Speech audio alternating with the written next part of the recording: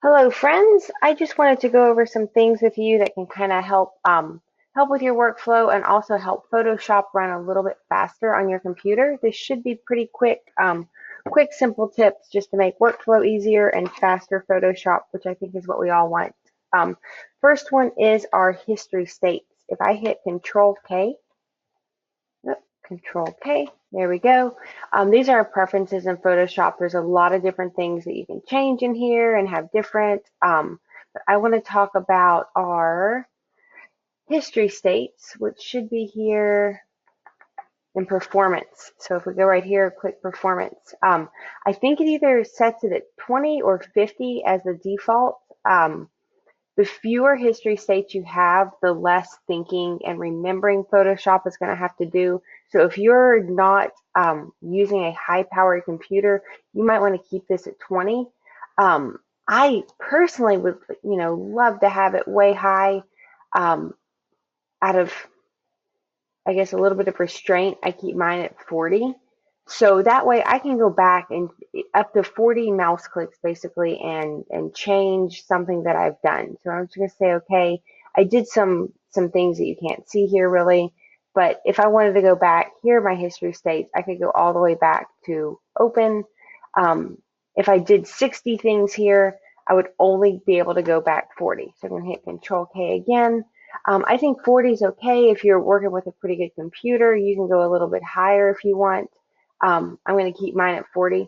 Also, if you're working in layers, so if I had hit Control J and made a layer and made a whole bunch of changes to this and adjustments, say I did 60 things and I can't go back, but hey, I'm working in a layer, I just throw my layer away and I have my image back. So that's a great way to keep your history states low while still being able to go back to your original or go back more than your history states. So that's a good one. Second one that I really like, I'm going to open up a second image here using my file browser. We'll open up this one. So hit tab to make everything disappear. If I wanted to show a client these and be like, hey, which do you like better? I'll close that out. Um, and kind of like get them on the screen side by side. But what if she's like, oh, I want to see my face? So I zoom in, but these windows don't resize, and that's not my jam. So a Control K again. We're going to go here to Tools and Zoom Resizes Window. I'm going to make sure that that is clicked and say OK. Now when I hit Control minus, the window is resizing. Control minus, Control plus. We're getting a resized window each time. So we can go little, big. Whereas if we don't have that, and we are here, there we go. Whoop. Zoom resizes window.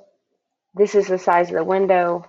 I zoom out, it just stays this big. And that is not my jam. So Control K, Tools, Zoom resizes window, say OK, and now we're happy. The last thing I want to show you today, Control K again, we're going to go down to Performance. Nope, we're going to go down to Scratch Disks here on the left. This is super important. So Photoshop needs a space to think about what you're asking it to do. The best space or scratch disk for that is a physically separate drive from where your program is installed, which is usually your C drive, and from where your files are. So I have 5 hard drives. These 2 bottom ones are external hard drives that I mainly use for storage. This D drive is where I keep my active files and my display file and things that I use every day. When I get back from a photo shoot, I put them on my D drive. I also immediately make a backup so in case something happens to the D drive, I don't lose your images. My C drive is where Photoshop lives, where my programs are installed and things like that. And when we built this computer, we put in this separate E drive here just for Photoshop so it has its own little space to think.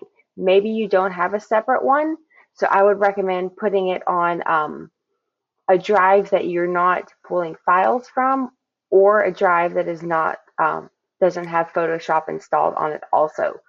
If you only have 2, maybe your C drive has Photoshop, go ahead and put your files on there also that you're working on, and then make your scratch disk that alternate disk that you have in there.